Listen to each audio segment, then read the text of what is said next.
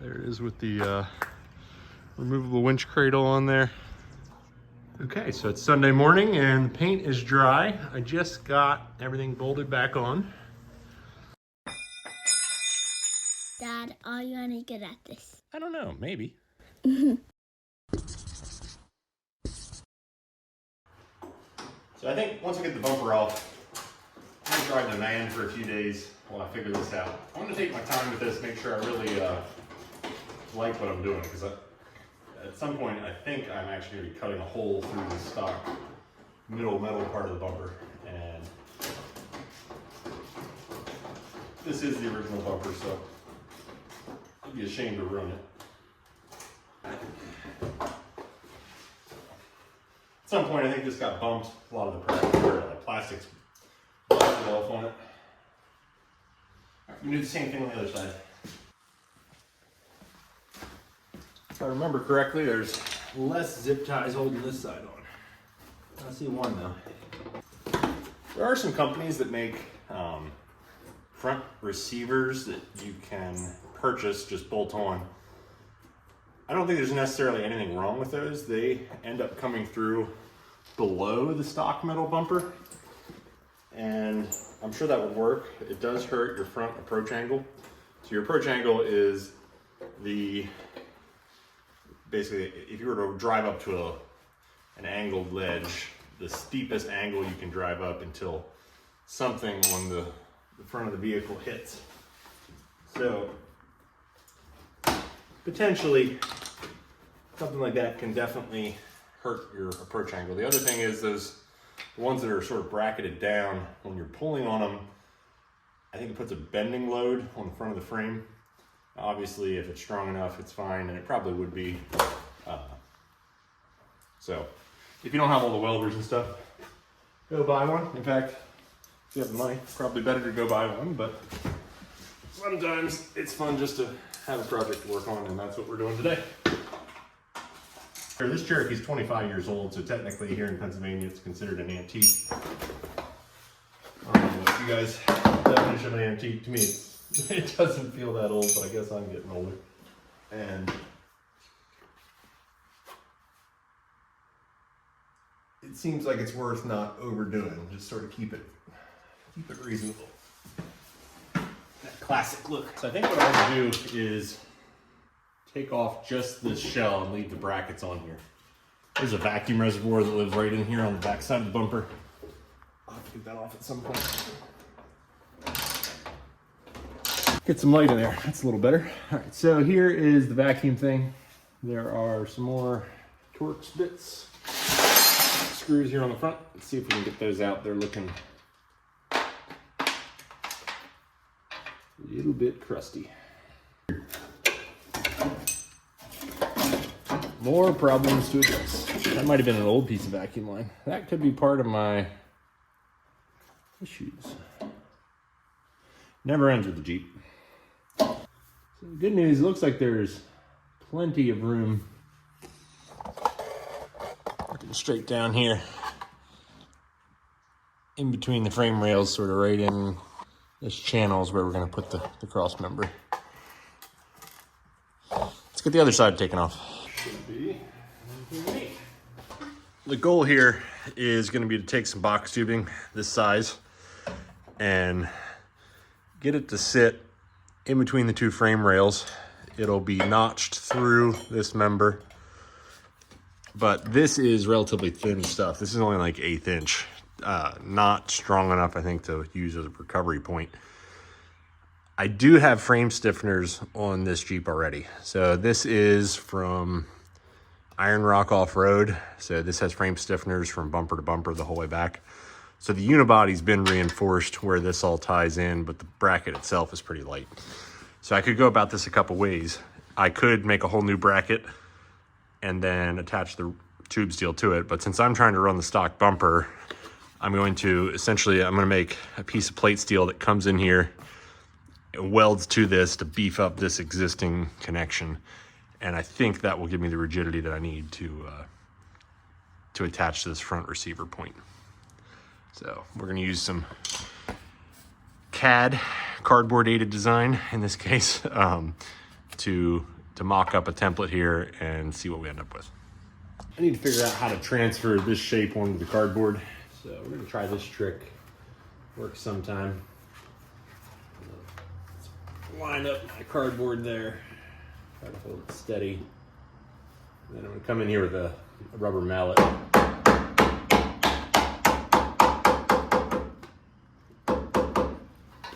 So you can see it sort of transfers onto there. It should get me sort of close.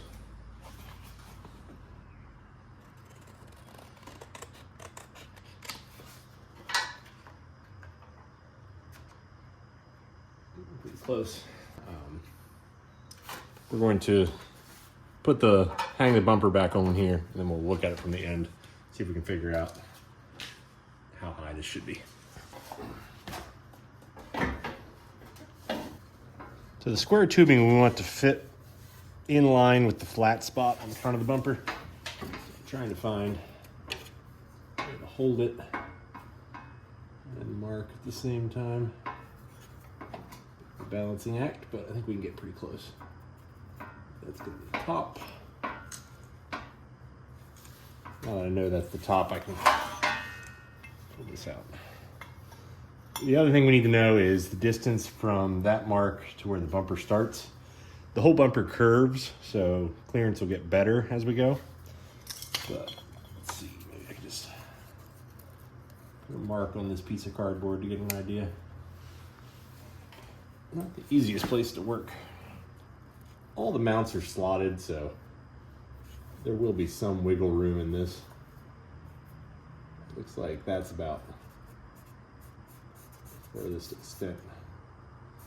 Hopefully you guys can see this. Yeah. And we're gonna call this front. It's the left side. That should give me an idea. Now I can get this back out of the way. So one thing I'm not sure of, if I need to notch the end of the machine tube. I'm really hoping I don't. So if that sits there, you can see in theory the cardboard protrudes. So the edge of this cardboard represents the inside of the bumper, and it looks like there's clearance there.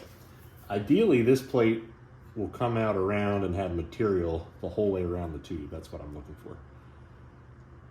That way we're not just relying on the weld strength from this tube to these plates, but physically you'd have to break the base metal of the plate in order to pull the receiver out. All right, so use this to transfer the line to this side of the paper, and then I'm gonna use a square to take a little bit off and transfer my line down. So in theory, that shape, I may have to change the corners a bit, but it should fit behind the stock bumper. So we're gonna call, this is gonna be top. So that whole corner material has to come off and a little bit on top there. If you have a nice bumper, don't lay it on the ground like that. This thing's all scratched up from before I got it, so you can start getting a sense. Tube will go through like that, and that'll go to those 3 bolt holes. You can see some of the Sharpie marks I put on there. All right. I think I'm gonna end up making this so it's symmetrical with everything clamped together. So I might actually put some of this hardware back through here, hold it together. I'm gonna cut everything and it'll all be symmetrical. All right, so those two are bolted together. We'll go ahead and make this cut. Then we can temporarily bolt these back on, put the bar in, make sure everything clears the stock bumper. Then we'll go ahead, make these brackets, 2 of them. At that point, we'll do another recheck, tack some of it together, and then we actually have to put the receiver tube in the middle and cut it through the front of the bumper. So let's go over to the weld bench.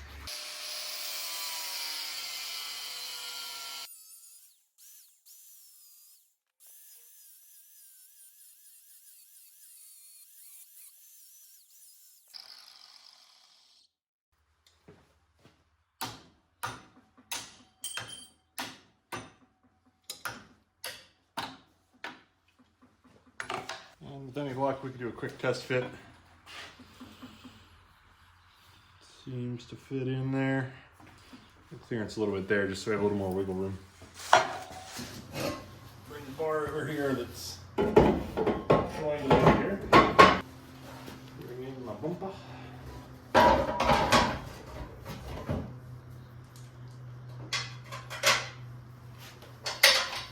Let's check it out here from the end view. So, it's very close here, but it does clear. The reason I'm coming out this far, I'm trying to put tow hooks into the factory locations, and it's going to need to be some outboarded material. So I think what we can do is we can take a notch in on either side and fold this in a bit just to give us a little more clearance, but I would argue that pretty much fits. The other thing I'm noticing is that the bumper is parallel with this, so the frame horns must be back a bit. That looks like that's going to work out pretty darn well. Won't be much room on the front side. We may not be able to get a full wrap. We may just have to weld it up really nice and hope for the best. I'm not planning on trying to abuse this, but any recovery point, I think it pays to be as careful as you possibly can. So a couple things we want to figure out. Center line of the Jeep, right between the two E's and the name. The receiver tube, which looks like this, is going to be cut into this piece and extend back. I want to keep the receiver tube relatively long, that way if I do put a winch in it, it can handle some side loads. Conveniently, this hole right in the center of the front cross member appears to be almost perfect. I may need to grind a little bit on the bottom, but it's really close. So that looks promising. So one of the things I need to figure out is how far does this need to protrude through the bumper for this to clear, and then I still need to be able to have a pin that I can access either between here, back here. I haven't quite decided how I want that to look. I don't want the pin, like I don't want the bumper protruding that far because I think that's going to look ugly. And whatever I mount in here is going to be dedicated just to this vehicle, so I can probably make my winch mount with different holes. It does need to be able to fit, I believe, in the back or the front. So I got to think that through. But in order to figure that out, I want to try something I've done before. I stole some Play-Doh from the kids. I'm going to put a ball of Play-Doh on the front here, hopefully. Might wrap some tape around it. And then we'll put the bumper up. It'll squish the Play-Doh, and that'll, because I can't get in there to see and measure, that will allow me to get an idea what we're dealing with here. Let me grab some tape. That's not what we're dealing with here. So that'll hold the Play-Doh there. Or less on center.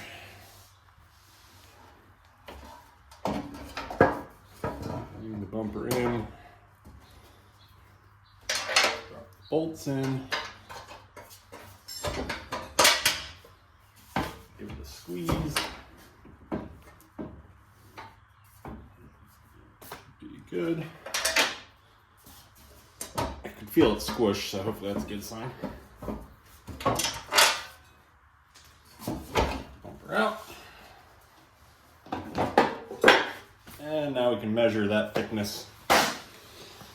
And that should give me a decent shot of knowing what it is. So for the back of the sheet metal, bumper, right around 1 inch. Bumper is, give or take, call it 100 thou. So in order for that to clear the bumper, when we weld it in, we need that point to be at least 110 off the weld, which would put the hole directly in the middle of this crossmember. So that's one of the things we're gonna have to figure out. If we're not accessing the pin from the front, we could probably make it so that way the receiver hole is quite literally flush to the sheet metal. Stuff to think about.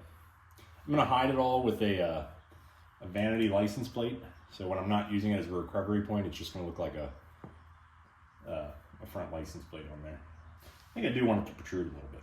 So I think the next step I may take, now that I know this,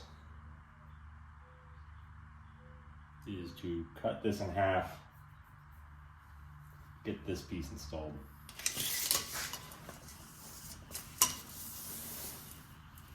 So it is exactly 40 inches long.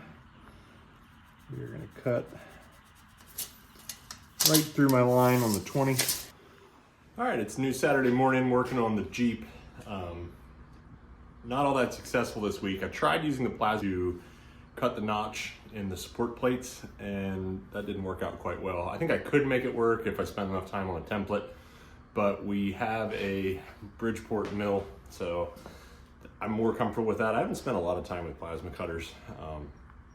I know you see a lot of people doing really cool stuff with like the arc droids and all that kind of thing, but freehanding, I haven't developed that skill enough yet. So let's get on the mill and see if we can't get the square holes in the reinforcement plates. Then we can start tacking this thing together. I'd really like to get the Jeep back on the road. I've had it down for about 2 weeks, dealing with family stuff, and just been busy. So it'd be nice to get back and drive it. The weather's getting better. It's about, I don't know, 40 degrees out there this morning. So nice weather is coming, and I'd like to get the kids out to Anthracite Outdoor Activity Area in Roush Creek this summer, and I'd like to do a camping trip out in West Virginia. So none of that's going to happen unless I can get the front end and the recovery points back on this Jeep. So let's see if we can make some progress. Hey Warren, want to say hi? Hi. Okay, see. So here's where the square hole is that we need to put in these plates for the receiver tube to go through. Issue I'm having, normally I would just open up this vise the whole way, and I put a set of parallels in here. I'll show you those in a minute. And I would clamp this in there, but we are a little bit too wide. Right now, full opening on this vise is 4 3/4 inches. These hard jaws do come off, which would give me close to 6. I don't really want to do that.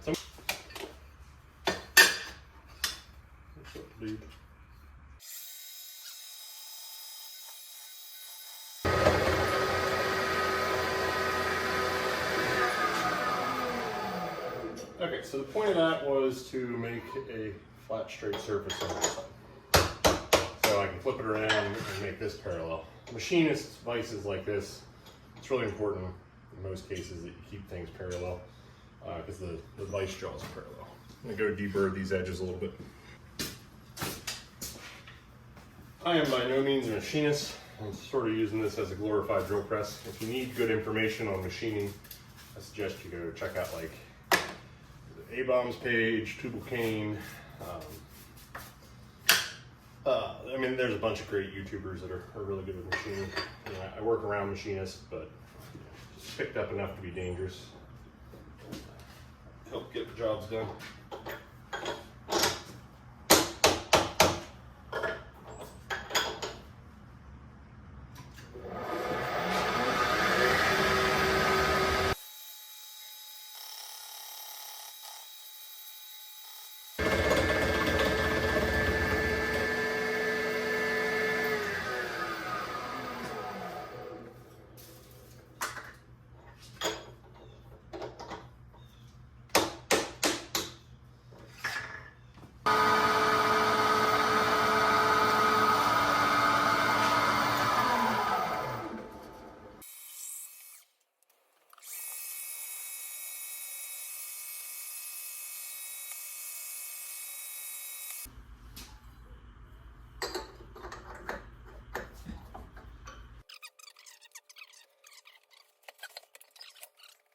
For me, end mills are the most expensive thing to come by, so I try to use cheap drills and hole saws to get rid of the bulk of the material.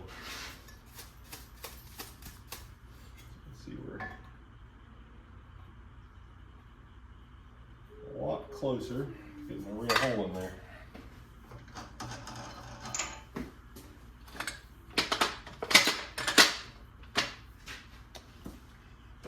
Hopefully you guys can see all this.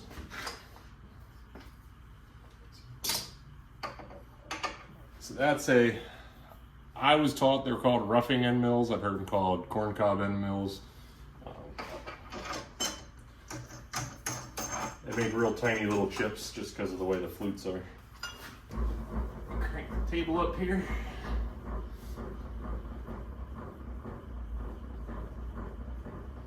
So we're just gonna mill out the last bit of material until I can get that receiver tube to fit right through that hole.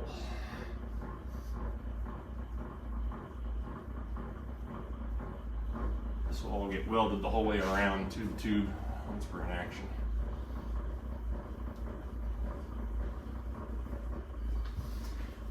When I'm end milling on a Bridgeport, I like to keep the tool as short as possible to reduce the bending load on the machine. And put my little quill lock lightly on. A lot of people, at least I've been taught, a lot of people over tighten those. You don't need to go crazy with them. Yeah, let's see what we can do here.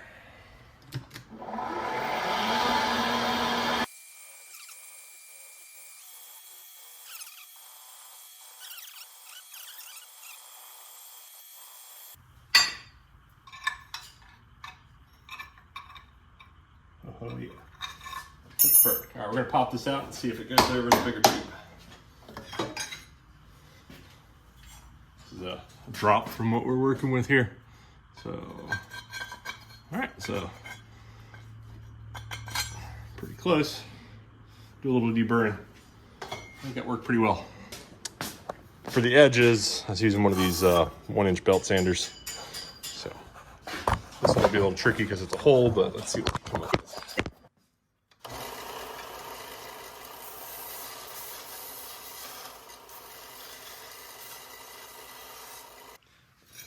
So if you guys recall, let's see here, that is the right left. Okay, so this will get drilled, welded into there, hopefully.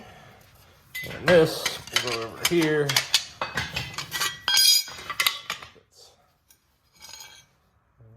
let's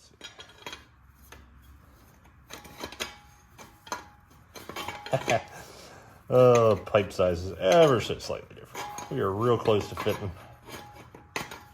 I think we'll be able to beat that into place. Little hand filing on the top there. So that's what we want though. We wanted a nice tight fit. That way we're getting some mechanical strength, not just the weld strength, and holding this all together. So, all right, so that's a good lesson there. For eyeballing it, I'm not too surprised, but the other tube that I was using for test fitting is not quite the same. So we could choose to set back up in the mill. I think it's really darn close. So I'm just gonna use a hand file here.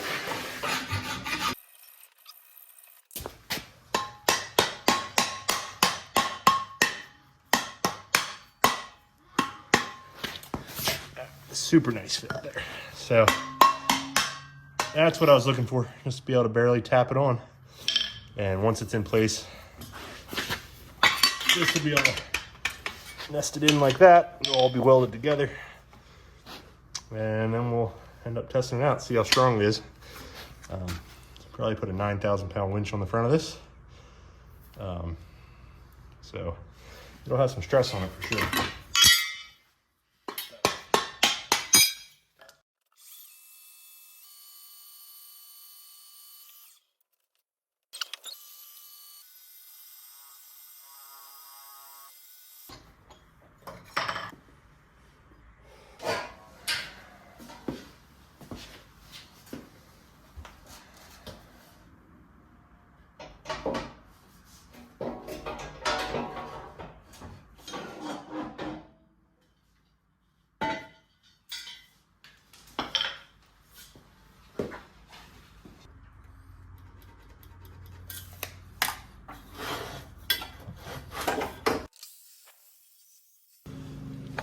So, trying to fit, I don't know if you can tell, it looks like it's sticking out a little bit at the bottom. And up in here, that reinforcement plate that I have, see a little bit of it there, that is hitting, so we're gonna have to trim that.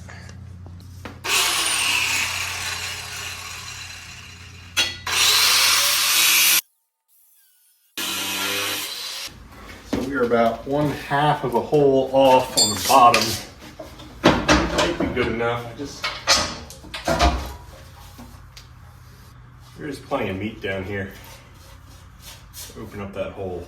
And that's where the recovery points are gonna end up being down here somewhere.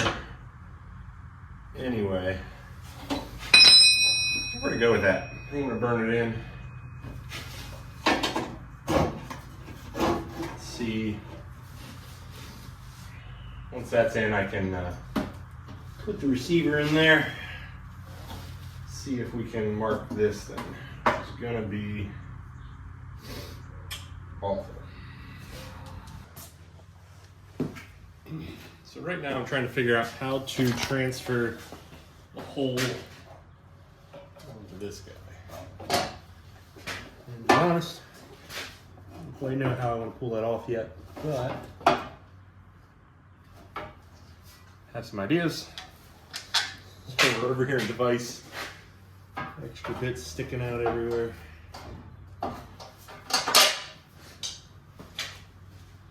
All I can do is try it, right? Kind of see it from top side.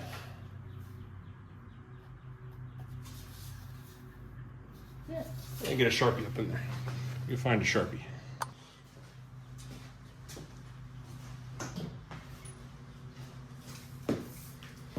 Before I mark anything, I want to try to get an idea how centered this thing is. That's 11 1/4. So in that position, it's pretty well centered. Oh, yeah, 2 marks there. Now my thought is, take these bolts back out.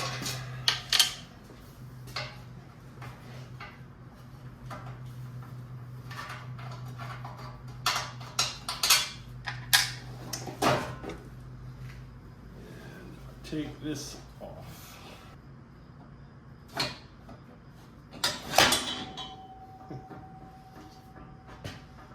So now the hitch is out of the way. Put it back on the marks. Let's see how we did.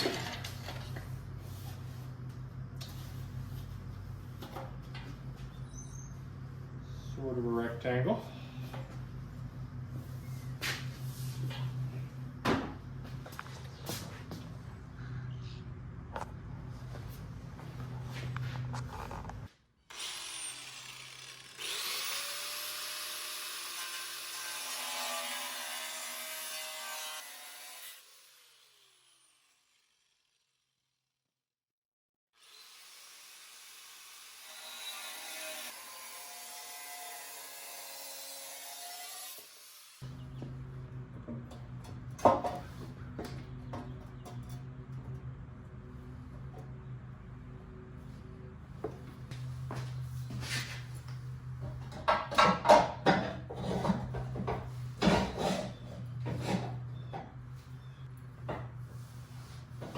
Really good top to bottom. Just needs to be a hair wider. Yeah, I'm trying to make this that the bumper shell can come off without taking this off. So the last big thing we got to figure out here is how this pin's going to integrate. Don't really want the pin on the inside. So the hitch will have to stick out about that far in order for that hole to be in front. Isn't too bad. If I do the pin through the middle, I can actually have this completely flush. I think that's what I'm gonna do. It's gonna look the best. It's gonna be the most hidden. Okay, so this is the final position of the receiver. Still have to figure out how I'm gonna pin it, but doesn't get much more low profile than that. I think I will cover it with either some sort of plug or a front license plate.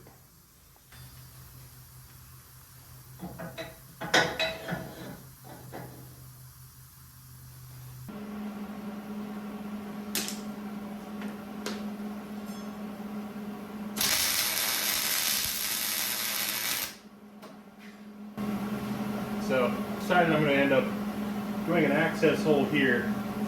There'll be a vertical bolt that's the size, and I'm going to end up welding a nut on the top. And that way I can tighten it with an adjustable wrench or whatever I have. Shouldn't want to fall out, and then I think I'll probably cross drill the head for a safety chain, or safety cable. I don't know that I'll ever be driving on the road with this. More than likely I'll be storing the winch in the back unless I'm actually stuck. So I'll get all this welded up and then start thinking about the recovery points. I want them to come out of the factory location, and they need to sort of go down here.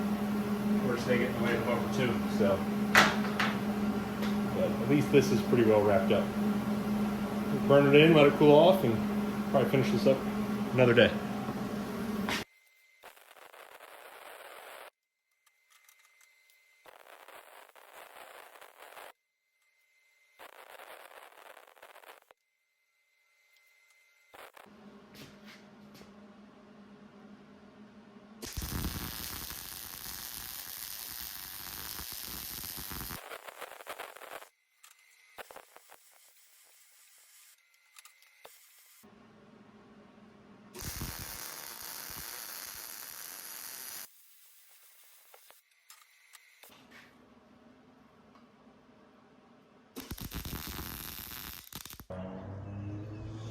Okay, so need to find a way to mount these somewhat factory style recovery points, and I want them to come out of the stock bumper.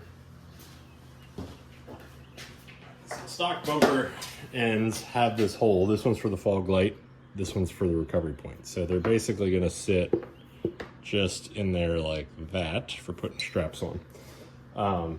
So what we're going to do is I'm adding a few pieces of metal, which I've blanked out here on the DeWalt metal cutting chop saw.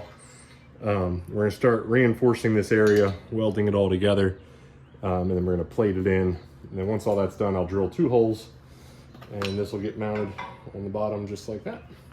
And I think that's going to do a pretty good job. With it being all boxed in, it should be able to handle the loads I'm going to be able to put on this. We'll test it out, see how rigid everything looks when we're done.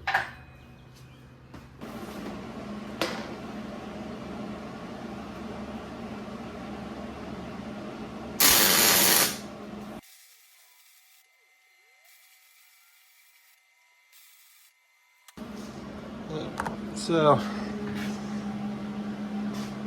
see there, I have that all boxed in. Now we'll make a plate to go over the front, and then the holes will end up coming up through the bottom for the tow hook. So obviously everything's still hot here, but gonna be something like that. So to help tie all this together, I added a plate that'll tie the box into that whole flat part. Should make it pretty strong for when I bolt the recovery point on.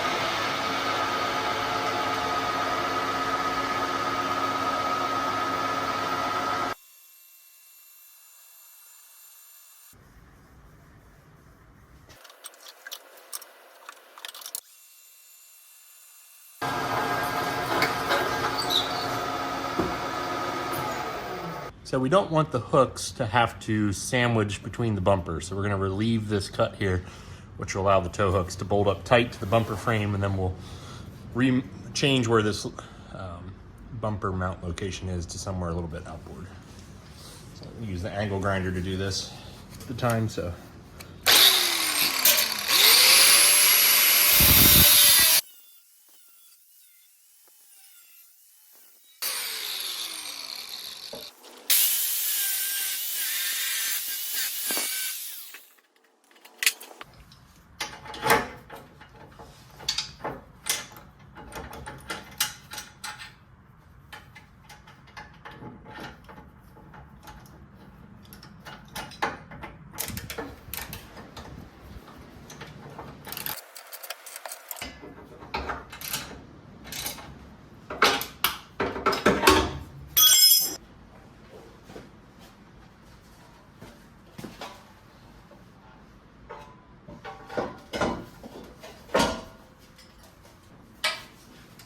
Okay, so we're gonna have to clearance a little bit more here.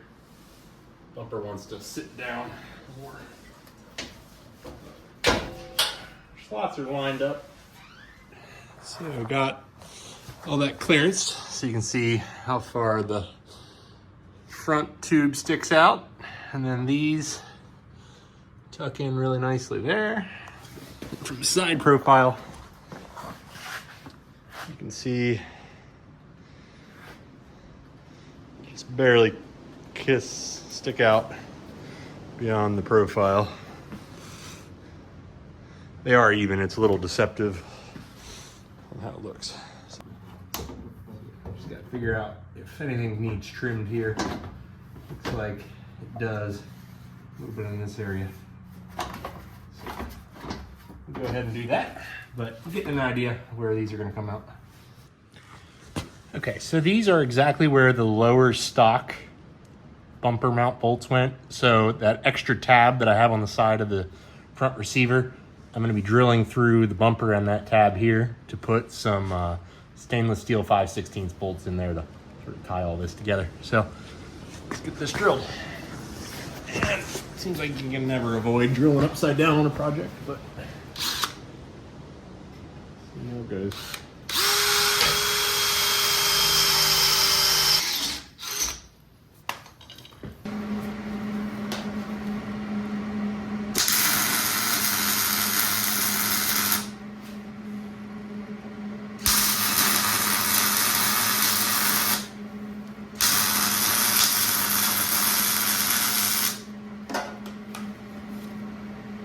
I'm just welding that on the sides, and I'll be able to get the grinder in case I ever need to cut it off.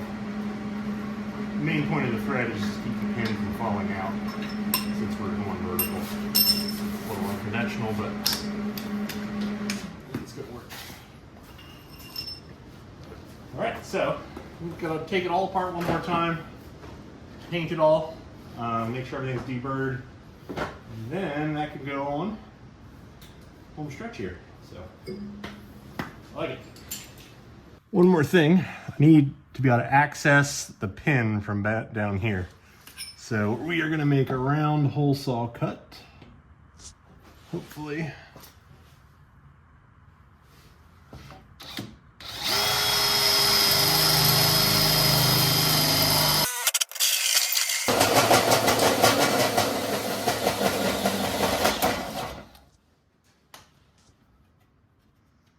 Big scary hole, but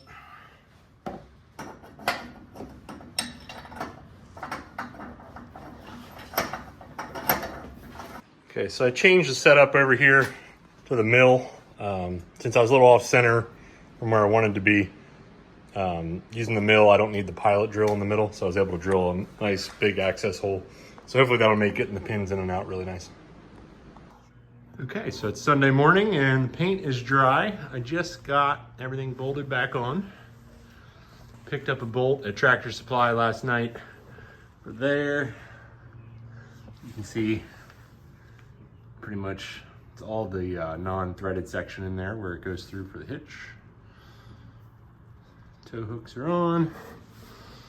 Not the greatest paint job, but the way we built this, nobody should really see it. I do need to start spraying things more. Brushing's okay, but spraying does a much nicer job. So we're gonna get the bumper shell on here in a minute, and I think go hit some dirt roads in a little bit. So here's finished product. Tow hooks, place for the winch to go through. Gotta figure out a cover for that yet, but I'm really happy with how it turned out. I'll show it to you here with the winch in there.